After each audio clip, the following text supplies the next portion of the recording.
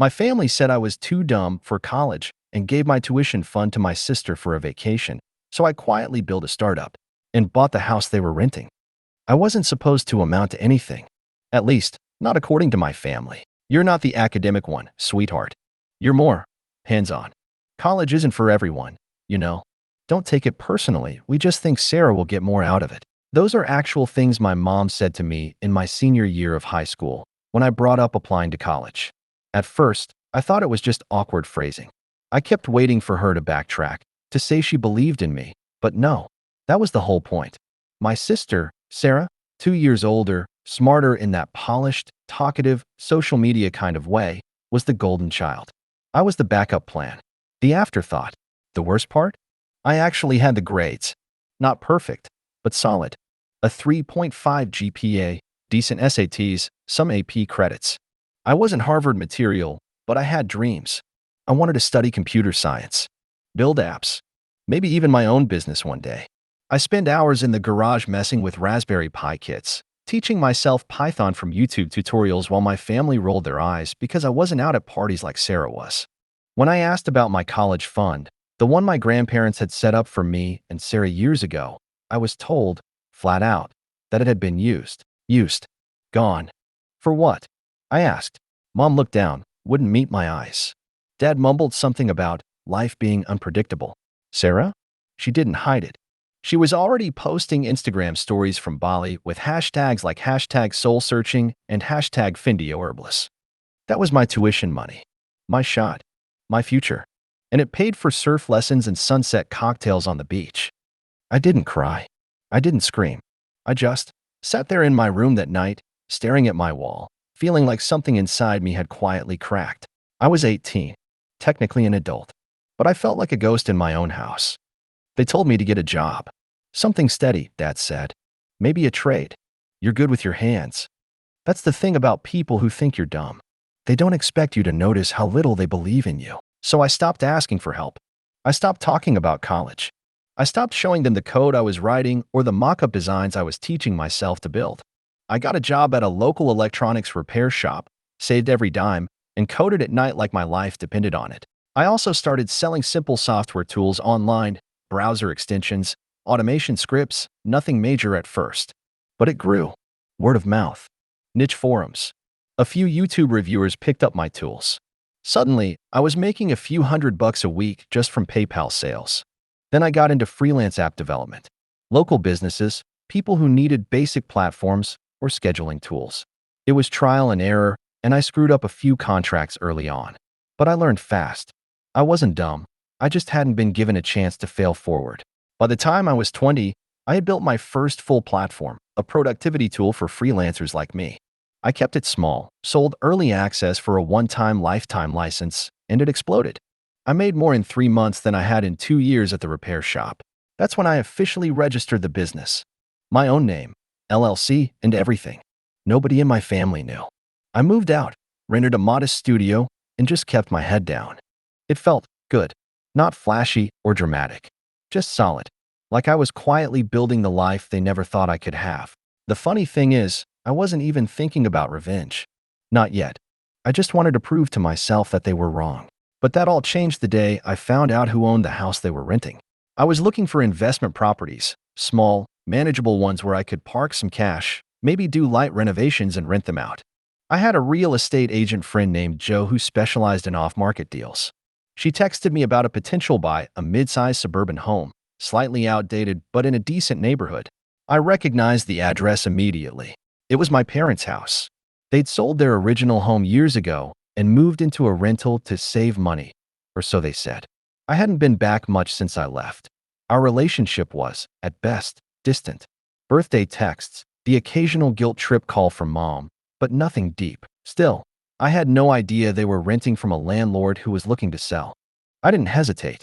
I toured the house with Joe like I didn't know every squeaky floorboard and creaky cupboard. I kept my face neutral, my tone businesslike. The seller didn't care who I was, just wanted someone who could close quickly.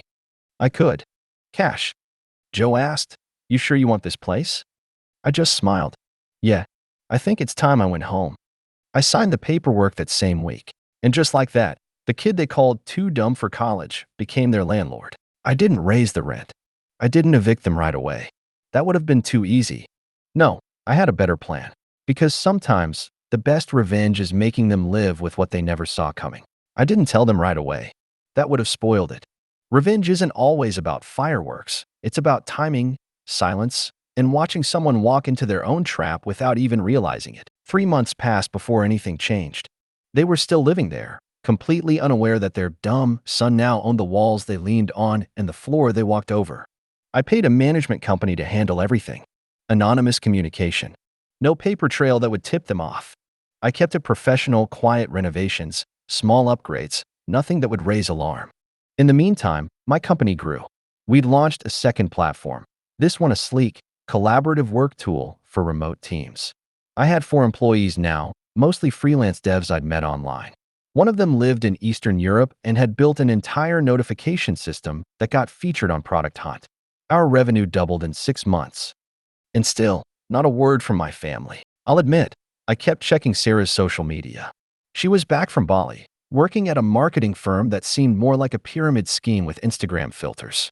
She posted about hustle culture and manifesting abundance, while still living at home and occasionally tagging brunch photos with our parents. Mom posted Bible quotes. Dad didn't post at all. Then came the moment that set the rest in motion, a text from my mom. "Hey honey, hope you're doing well. Just wondering if you could lend us a little money for some plumbing repairs." The landlord's dragging his feet. I stared at the screen for a full minute. The irony hit me so hard I laughed out loud. They were asking the landlord's son for help because the landlord was dragging his feet. I replied, "Let me see what I can do." That weekend, I showed up at the house. Mom opened the door, surprised. She looked older than I remembered, like stress had settled into her face. Dad was on the couch, TV blaring. Sarah was nowhere to be seen. "Oh wow," Mom said, half hugging me. "What a surprise." "Thought I'd check on that plumbing issue," I said. She blinked. "How did you know where we— Wait, did the landlord contact you?" I nodded slowly. "Yeah, in a way." I didn't say anything else. Just walked in, like it was still my home. It was weird being back. Same faded paint in the hallway. Same smell, like lemon cleaner and something faintly burnt. I almost forgot how many memories lived here. Some good, most not. Dad barely looked up. "You still doing that computer thing?" he asked. "Yeah," I said. "It's going all right." He grunted. "Well, just don't end up one of those tech weirdos. Nobody likes those guys." That hit harder than I expected. Even now, after everything, he still couldn't give me an inch. Mom started rambling about the leak under the sink. I followed her to the kitchen and crouched down, pretending to inspect it. And then I stood up and said it. "I own this house." She blinked. "What?" "I bought this place 3 months ago, through a management firm. So technically, when you called the landlord lazy, you were calling me lazy." Her mouth opened, closed, opened again. I don't understand. "I used the money I made from that computer thing to buy the house. The one you said I'd never be smart enough to afford. The one you said I'd never need. Because I wasn't going to college, remember?" She just stared at me, mouth slightly open. "Don't worry," I added. "I'm not raising the rent. Yet." I left before she could say anything else. I think she called me 10 times that night. I ignored everyone. No voicemails, just hang-ups. I pictured her pacing in the kitchen, replaying every word she'd ever said to me, wondering if she was the villain in this story. Spoiler alert, she was. A week later, I got a letter forwarded through the management company. Handwritten. From my dad. "You think you're better than us now? Just because you got lucky with your little app? Don't forget where you came from. We still gave you a roof over your head." I didn't reply. Instead, I printed it out, framed it, and hung it in my office above my dual monitors. A little reminder of why I built what I built. I think people assume revenge is always cold, ruthless. But for me, it was quiet, therapeutic, a series of choices made in silence. The next time they needed something, maintenance, a new heater, a fresh coat of paint, I made them fill out official request forms. No more direct calls, just policy, procedure, professional distance. Sarah tried to reach out too. She sent me a voice memo on Instagram, saying, "Hey, so Mom told me everything. That's wild. Congrats, I guess. We should catch up. I have this idea for an app and thought maybe you could help." I didn't respond. Instead, I archived the message, turned my phone off, and got back to work. Because the truth is, Once you stop seeking validation from the people who doubted you, you free up all that energy to build a life they'll never understand. And I was just getting started. The thing about success is that it doesn't always roar in. Sometimes, it arrives like a whisper, a quiet click of the transfer complete button, a moment when you realize you don't flinch anymore when your mom's name lights up your phone. I was 6 months into owning the house when I saw Sarah again, in person. I'd gone to a local business networking event, mostly to scout designers for our upcoming rebrand. I didn't know she'd be there, but when I walked into that rented conference room, she was at the coffee table, laughing with some guy in a blue blazer like she'd been running the room all her life. It threw me off. Not in a bad way, just weird. Like seeing a character from a dream pop up in your grocery store aisle. She saw me before I could pivot away. "Eli," she called. Big smile. Loud voice. Like the last 2 years hadn't happened. I forced a nod. "Sarah." She practically bounced over.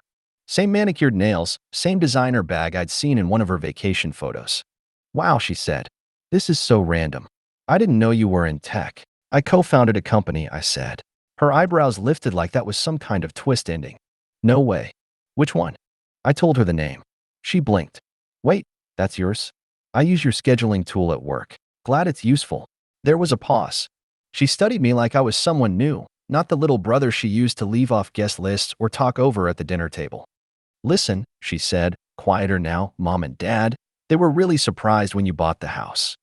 "I bet. They didn't mean it, you know? About the tuition fund. It was just, things were tight." I laughed. Not mean, not sarcastic, just flat. "Tight enough for an international vacation?" She didn't answer that. "What about you?" I asked, keeping my tone neutral. "Still doing lifestyle PR?" She smiled again, but it didn't reach her eyes. "Trying to pivot. The firm's downsizing, and honestly, I've been thinking about building something of my own." "Like you did." There it was. The ask, just a few breaths away. I could feel it forming. And sure enough, if you ever want a branding consultant, or just someone who gets the influencer space, I'd love to collaborate. Maybe on equity. I shook my head, slow and gentle. "I think." She blinked. "Oh, okay." We stood in silence for a few seconds, both pretending it wasn't awkward. "I should get back," I said finally. "Yeah," she mumbled. "Good seeing you, Eli." "You too." I walked away, but not out of spite. Just peace. The kind that comes when you realize you don't need revenge to feel powerful anymore. You just need to outgrow the version of yourself that craved their approval. Back at work, we were preparing for a pitch to a major VC firm. Not that we needed funding. We were profitable, but having heavyweight backing meant opening doors to partnerships we'd only dreamed of. I worked 18-hour days that week, barely seeing the inside of my fridge. My co-founder, Raj, called me the machine. I liked it, but even machines break. One night, I crashed.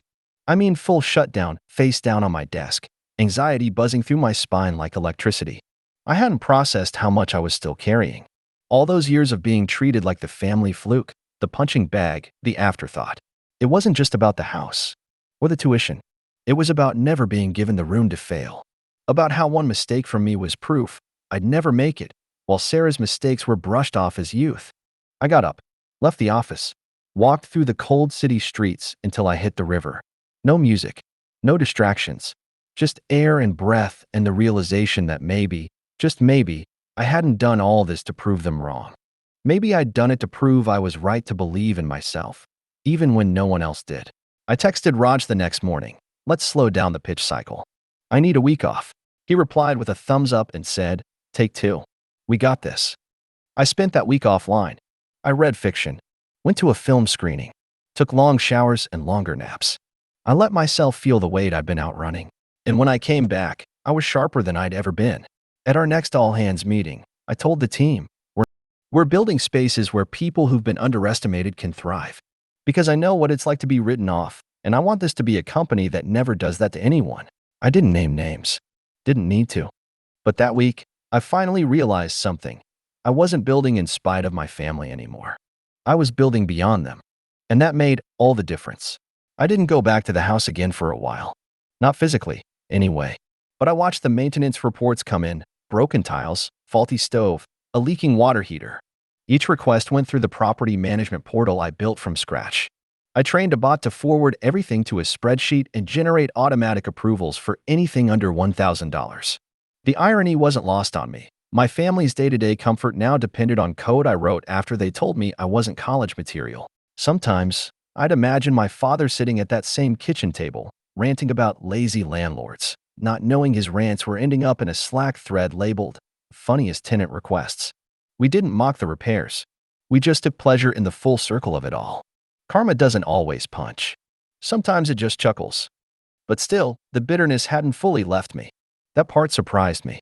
I thought buying the house would be the finish line, that seeing them live under a roof they once told me I'd never afford would wash everything away. It didn't. It helped, sure. But pain doesn't vanish just because you win. Some wounds need more than justice. They need closure. And closure, I learned, doesn't always come from others. Sometimes, it's something you write yourself. That realization hit me on a quiet Saturday night. I was organizing old boxes, stuff I dragged from apartment to apartment without ever fully unpacking. Near the bottom of a box labeled high school, I found my original college applications. Or rather, the drafts. Personal essays covered in red ink from a guidance counselor who told me to focus less on feelings, more on facts. I remember writing one of them in tears, sitting at the public library because our internet had been shut off again. And next to them, tucked in the back, was a folder marked Tax 2020. Inside it was the bank letter, the one that showed the fund my parents had closed. My college savings. Gone to cover Sarah's post-graduation reset, aka 6 weeks in Santorini in Dubai. My name wasn't even on the account anymore. I stared at that paper for a long time. Then I pulled out my phone and took a photo. For myself. Not to post. Not to weaponize. Just proof. Not of what they did, but of how far I'd come since. I folded it back up and slid it into the trash. That same weekend, I got an email from a local high school asking if I'd speak at Career Day. One of my engineers had recommended me. I almost said no. What did I have to say to a bunch of 16-year-olds? But then I remembered how badly I'd needed someone like me when I was that age. Not perfect. Not polished. Just real. So I said yes. I wore jeans and sneakers to the talk. Didn't shave. I brought slides with memes and actual screenshots from our startup dashboard, profits included.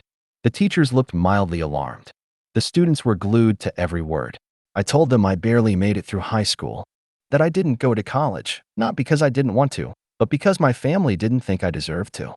I told them I learned to code on a borrowed Chromebook with a cracked screen, that I built my company in a windowless room above a laundromat, and I told them that success doesn't require approval. It just requires obsession. Afterwards, one girl waited until the crowd cleared to approach me. She looked about 17, tiny hands and tired eyes. "Do you really think someone like me could do that?" she asked. I nodded. "Someone like you is exactly who can." She smiled, said thank you, walked away, and just like that, something heavy in my chest lifted. That night, I wrote something I'd never written before, a letter to my parents. I didn't send it, didn't need to, but I wrote it for me. Dear Mom and Dad, you were wrong. About me, about what I could be. You said I wasn't smart enough, not driven enough, not tough enough. You were right about one thing. I didn't have the tools you thought mattered. I had different ones. Tools you couldn't see. I'm not writing this for forgiveness or attention. I'm writing it because I finally realized I don't need either from you. I built something beautiful without your help. And somehow, I still wish you could have been proud. But it's okay that you weren't. Because I am. And that's enough. I closed the document, encrypted it, and saved it under a folder called Closure. I went to bed that night lighter than I'd felt in years. Not because the pain was gone, but because I'd finally made peace with it. That's the part no one tells you about revenge. It can light the fire, but only healing can keep you warm. And I was finally learning how to stay warm. I didn't plan to see my parents again. Not out of hate. I just didn't see the point. We lived in the same city, but different worlds. I ran a startup with 12 full-time employees and a Series A on the horizon. They were still living in that house, my house, arguing over minor repairs and pretending nothing had changed. Until the letter came. It was handwritten. The envelope was crumpled, as if someone had changed their mind about mailing it 10 times. The return address was familiar, my parents. My chest tightened when I opened it. Old reflexes never quite die. Inside, a single page. From my mother. Eli, I heard from Sarah that you spoke at Career Day. She said the kids loved you. I know you probably don't want to hear from us, but I just wanted to say, I'm proud. I'm sorry for the choices we made, for not believing in you. We thought we were being practical. We didn't see who you really were. I don't expect you to forgive us. I just wanted you to know that I've been following your company, quietly, watching your interviews, reading the articles. You did more than we ever imagined. And I hope, one day, we can talk. I read it twice, then a third time. I didn't cry. I didn't rage. I just sat there with it, like I was 12 again, but this time the silence didn't feel so lonely. I didn't respond. I wasn't ready, but I didn't throw it away either. 2 weeks later, I got a call from the property management team. Hey Eli, the tenants at the Westwood house have been late on rent 3 times now. They're not responding to emails. Want us to escalate? Westwood. That was the house. Their house. My immediate instinct was to say yes. Let the legal process begin. Let them feel everything they made me feel. But I didn't. Hold off, I said. I'll stop by. When I pulled up to the curb, it was just like I remembered. Same rusted gate, same peeling paint. It felt smaller now, like it had shrunk in my absence. My father answered the door. He looked older. Not just older, tired. The kind of tired that doesn't sleep off. His eyes landed on me like he was waiting for a verdict. Eli, he said. No anger. Just surprise. Hey, I replied. Mind if I come in? He stepped aside without a word. Inside, it was chaos. Piles of unopened mail, empty takeout containers, a floorboard that still creaked in the same place it did when I was 10. My mom peeked from the kitchen, eyes wide. We didn't know it was you, she said. I nodded. I figured. We sat at the table. The same table where they once told me my dreams were too expensive. I got your letter, I said quietly. Thanks. My mom's lips trembled. I meant every word. I know. There was a long silence. Then my dad said, We're not doing great. I didn't respond. He cleared his throat. We lost a lot. Your mom had some medical stuff. Sarah's not helping. The rent's been hard. I let the silence stretch. Then I said, It's my house. They nodded. I could evict you, I said flatly. You know that. My dad looked down. Yeah, but I won't, I continued. Because I'm not like you. My mom's eyes welled up. We didn't know how to support you. We should have tried. I'm not here for apologies, I said. I just needed you to see who I became. Without you. Because of you. They didn't argue. I'm reducing the rent, I said. But you'll pay it. On time. No exceptions. If you miss 2 months again, I escalate. No discussion. My dad swallowed hard. Understood. And one more thing, I added. The next time someone in this house tells a kid they're not smart enough, I want you to remember this conversation. Neither of them spoke. I stood. Good night. When I stepped out into the night, I felt lighter. Not healed. Not vindicated. Just done.